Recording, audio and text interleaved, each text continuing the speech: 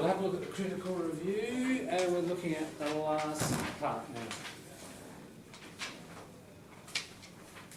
So, we've talked about the summary. Got to summarise the piece you're discussing, and then you've got to analyse it. Your view, nobody else's. You can use other people's ideas.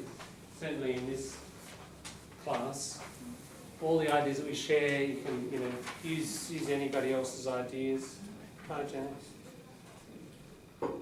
And we'll have a few sessions where, we have discussed it, but as we've looked at the article and answered all those questions, but we'll have another, at least one, perhaps two sessions where you just throw out your ideas about what you think about this piece. Once we've looked at this, once we look at the framework and you think, well, okay, I want to generate my ideas, then you can do that with others. Now, what was the date that I gave you? 13. Yeah, that's what I thought. 13, not far away, is it?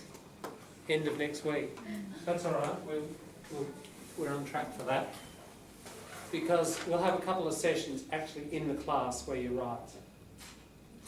All right. So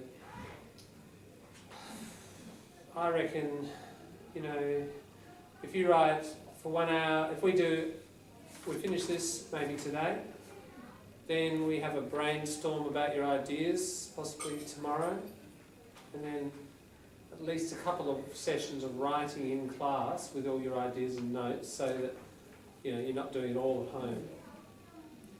And then mid next week you write it up, and maybe you have a swap Wednesday or Thursday, hand it up, and it's about on track. Yeah, so that's kind of the time frame. All right, so we'll push on with what the model looks like. Monash Uni Critical Review. So we're over on page 2, and we finished that little kind of mini conclusion bit in section 6, didn't we? I'll just read it again. Ballard and Clarkey therefore suggests that students intending to study in English-speaking countries need to do more than develop their English language competence. They also need to adapt their study behaviour, and in particular, a little quote to end. It's a good technique, you don't have to do it, but it's a useful one, to develop a more analytical and critical approach to learning. So, kind of mini conclusion wrapping up the section, and the section was summarised kind of in.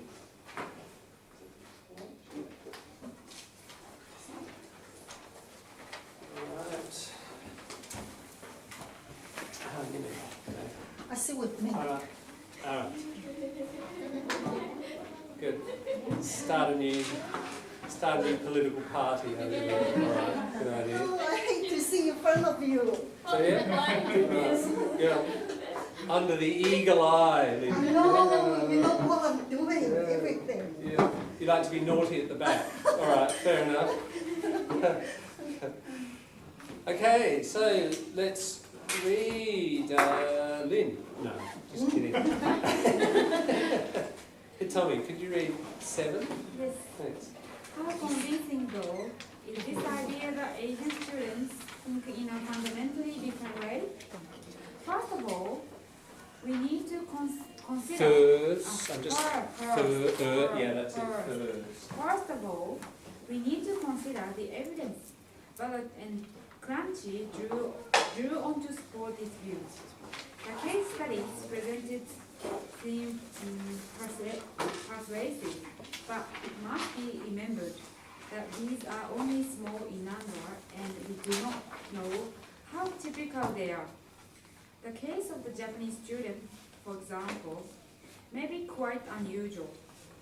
In my view, more systematic and comprehensive research of this issue is needed before any firm conclusions can be drawn.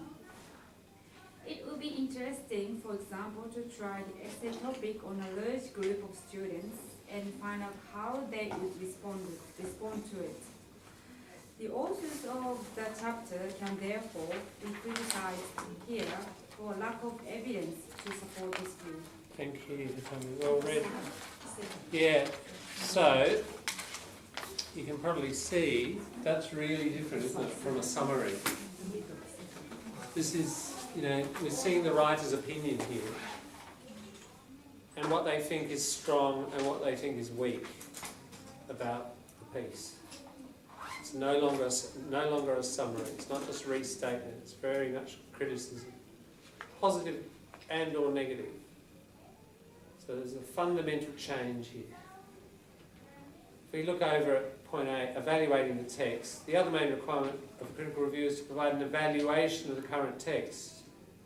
You'll notice that the remainder of the review is concerned with this. The purpose of evaluation is broadly for you to say what you think about the text, its strengths and weaknesses, what's interesting, what's not, how much you're persuaded by it, how much it's contributed to your understanding of that issue, and so on.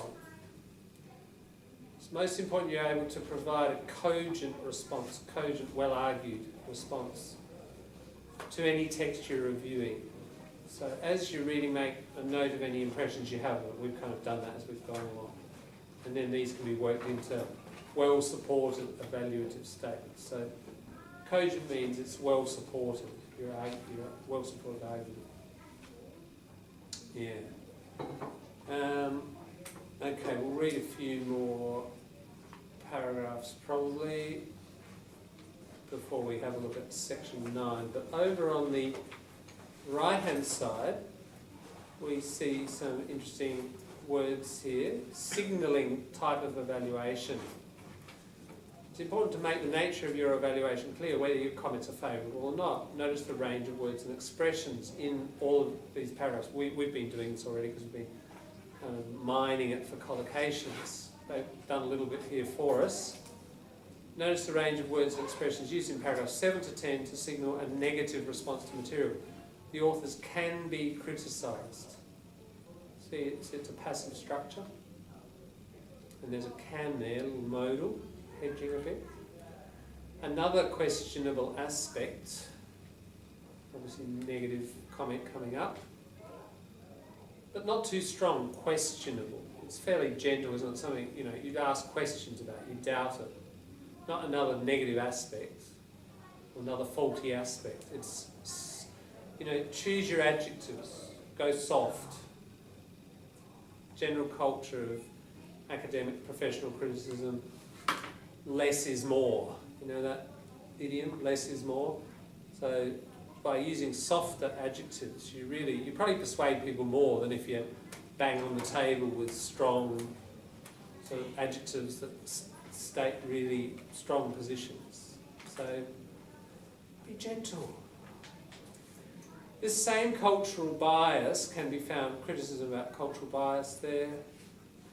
Kaplan may also be accused of, notice again, what do you notice about the grammar? 2 points to notice, the grammar there. Kaplan may also be accused of, what's passive? Right, it's in the passive. The passive gives a sense of being a bit more objective, a bit more impersonal, a bit more distant, that's a nice effect. It feels more objective and sort of scientific and academic. Generally, passive does that because it removes the personal involvement of the subject. You just passive focuses on the thing that you're talking about, not on the person sort of approaching it or viewing it. Yeah? So not I criticise Kaplan. Kaplan may be criticised. So by removing the subject, you remove a certain level of emotion, which suits the whole conventional scientific discourse. So yeah, passive. Don't overuse the passive. We're on page 2, paragraph 7, and over on the right, looking at the box on the right. Don't overuse the passive in writing generally. Probably next week in the Moodle session on Monday, I'll show you a few links about plain English. And there are some fundamental rules about plain English. Like, remember we looked at readability?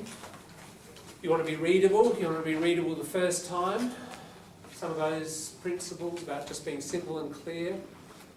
Remember the rule about don't have sentences more than 20 words. That makes processing easier. Probably that rule you could transfer into any language, I would imagine, not just for English. Obviously vocabulary range, you'd reduce it and make it simple. You choose simple vocabulary instead of complex if you want to be simple. One of the other things is the passive. Avoid the passive. It's a very common rule in plain English principles. The question is, when are you going to be plain English? It depends on your audience and your purpose and your context.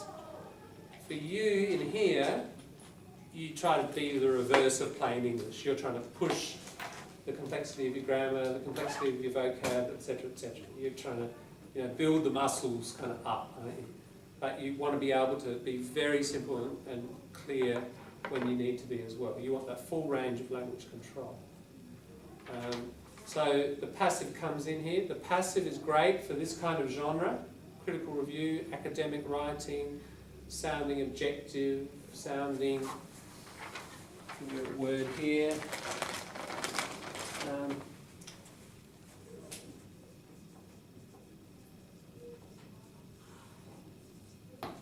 Dispassionate is passion, feeling. It's related to, the word we know very well now, pathos, feeling, and emotion. Think of pathology. Somebody's sick, they're suffering. Path, sympathy, empathy. It's about feeling. Same path and pass. Some people in here get and mixed up. Okay, so pass also. So dispassionate, it's like without feeling. Just making it negative here. So dispassionate, without feeling, and it's got a positive sort of connotation. If you're dispassionate, you're objective, you're fair, you're kind of scientific, not too involved, not a lot of emotional bias. So the passive has that effect, which is sort of the kind of style, feeling you want to create, but don't go overboard. Don't be excessive with the passive. So the passive is there. What else do you notice about that grammar? Kaplan may also be accused of. Yes. With what grammar device? May. Right. We see the modal being used again. Isn't it? May. A little bit of a softener. I mean, accuse is quite a strong word, but it's not accused of a crime. It's accused of certain, academic weaknesses.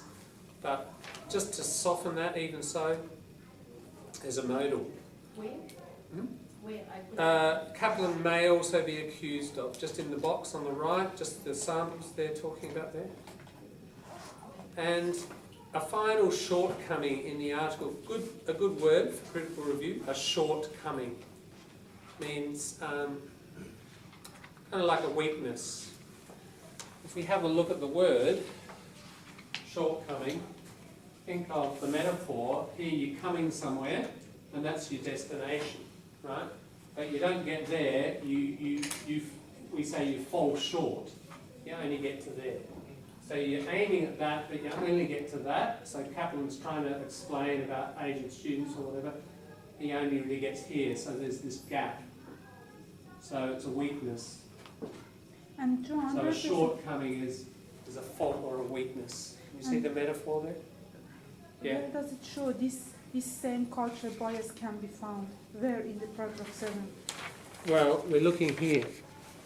Yes. Okay, Yeah. so we'll go through the paragraph now, and we've got those samples that they've pulled out there. It might be down further actually. I think they're looking at the next few paragraphs. Some of those samples are not pulled out of paragraph 7. Some are in 8 and 9. All right, we'll get there. We'll find them. Because let's do our own independent analysis now of this paragraph of other useful phrases. Collocations. Remember transferable collocations. What's in here? What structures might be useful for your own review? Okay, we've got an in my view. Just be careful with in my view. It's there, it's in a model. Some people don't mind it. I would say try to avoid it. It's just good practice to get rid of your personal pronouns. It's a bit like the passive. You know, you want to create a feeling of dispassionate objectivity, remove yourself altogether. That means removing pronouns like I, you. We is okay. We is okay in academic discourse. But I believe, I think, it's unnecessary, don't need to say it, we've talked about this before, and therefore the possessive forms, you know, in my view, the my also, throw it out. If you just say here, just take it out. More systematic and comprehensive research of this issue is needed. You're stating what you need to state. First of all? Yes, if we go back to the top, first of all, you know, you might be listing criticisms. So there's one, you know, first of all, a sequencing thing. How convincing though? Yeah, look, even that. How convincing, though, is this idea that, whatever, that children who grow up in lesbian families are more well-adjusted. Now, you just have to be careful with that, because what is the grammar of that sentence? The overall structure and grammar or form of that statement is what? Or sentence? It's actually not a sentence. There's the clue. What is it? It's a question. Do you remember we've talked about rhetorical questions before? Rhetorical questions meaning, like, the person really knows the answer. They're just putting it in a question form to sort of engage the audience. It's actually, remember we've talked about pathos, it's a little emotional technique. And really, I don't think you should be engaging in that sort of thing in academic writing. So again, it's here in the model, but it's not something that I would recommend you do. You can easily restructure that to make it into a statement, and it works a lot better. Can anyone do it? Just a short change. Easy change. How would you change that to make it a statement that that's what the writer thinks rather than as a question?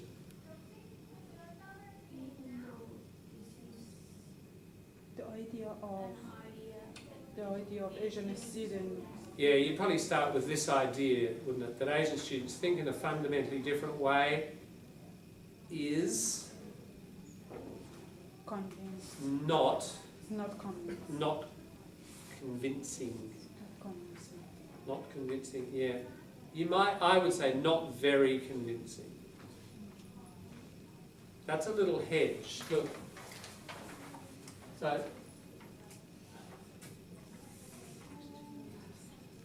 if you said it's not convincing, that means it's not convincing at all, doesn't it? That's quite strong. But if we put not very convincing, can you see how that softens it?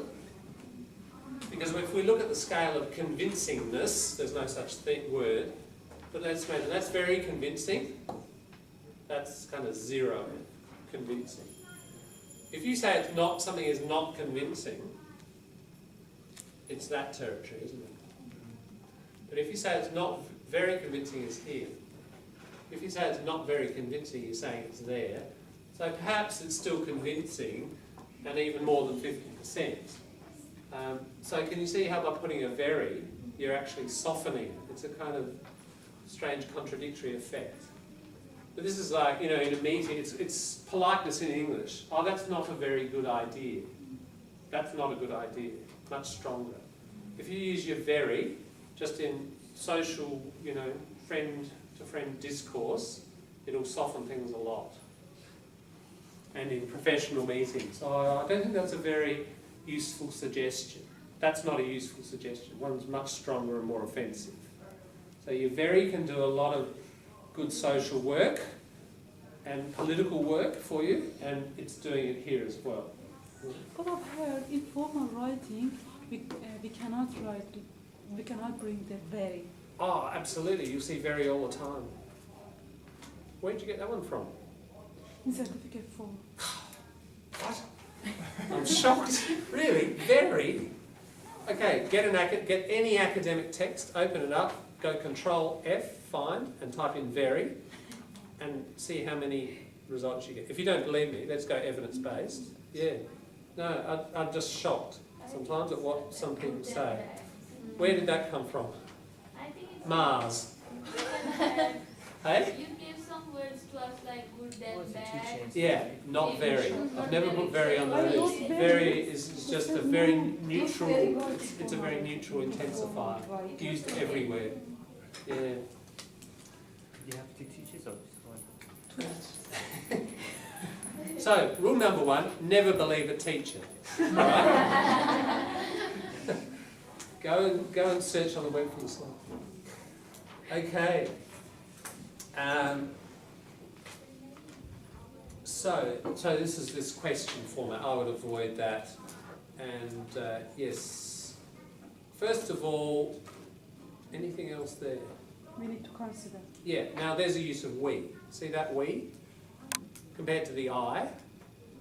This is fine, absolutely fine, very common in academic writing. We need. So we means I the writer and you the reader. It's a little community of thinkers.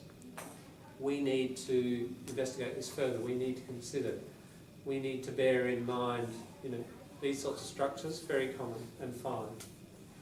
We need to consider the evidence. That's something you might like to write in your piece.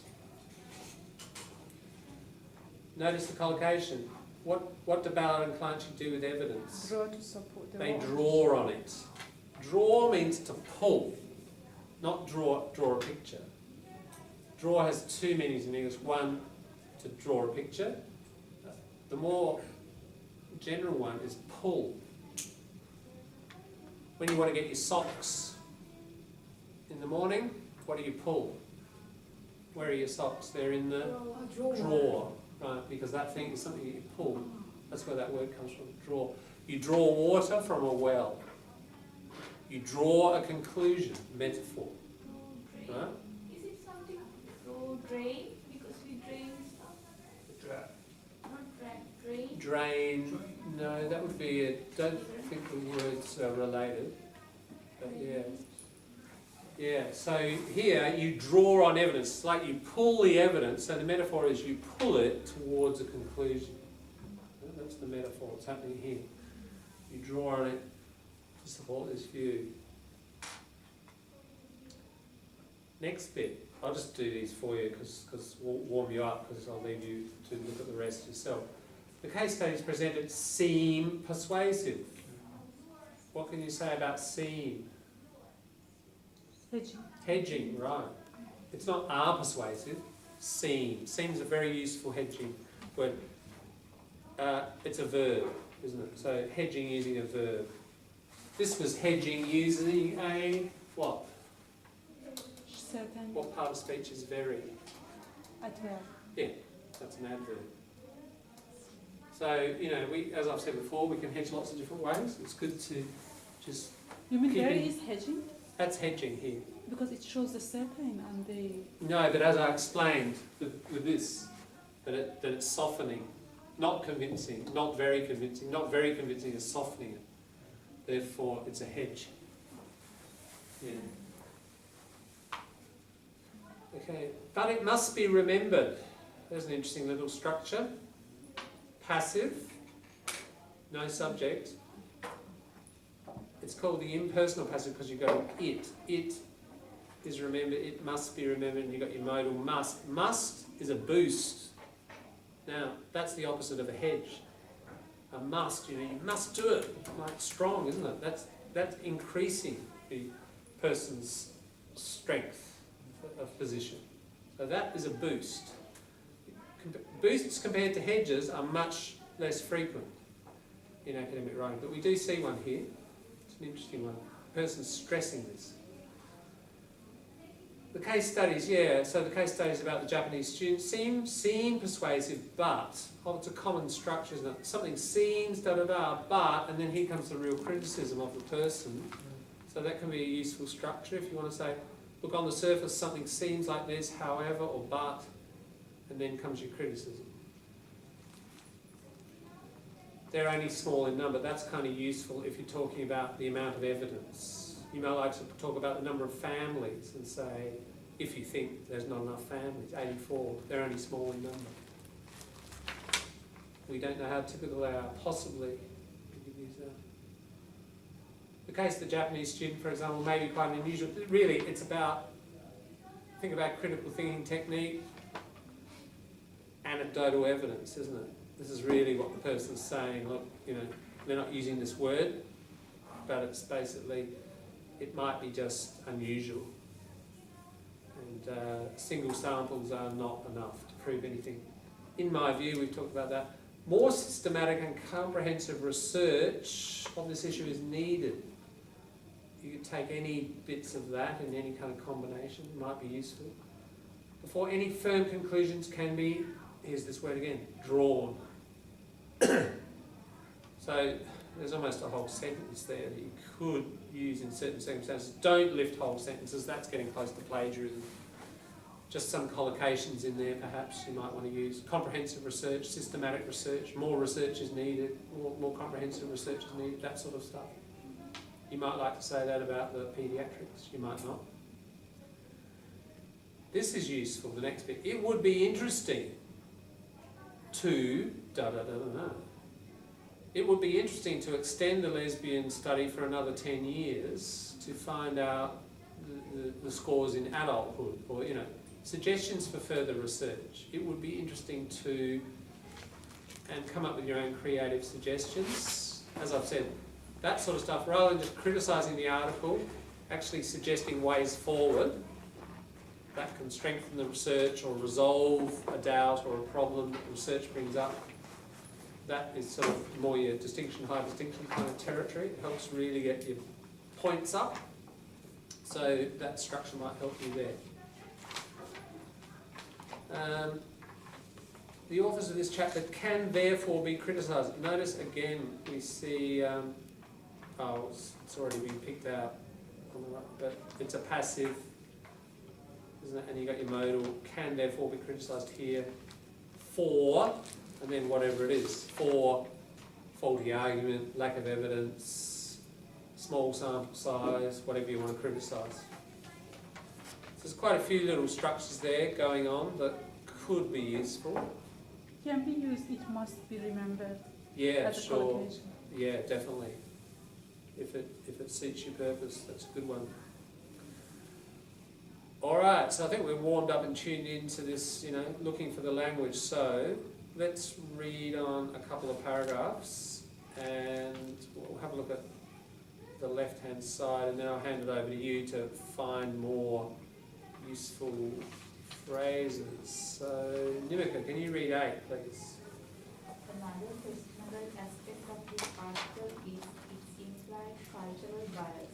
Although the authors do not state that the methods of Australian education are superior, this is what is implied from their model of learning styles.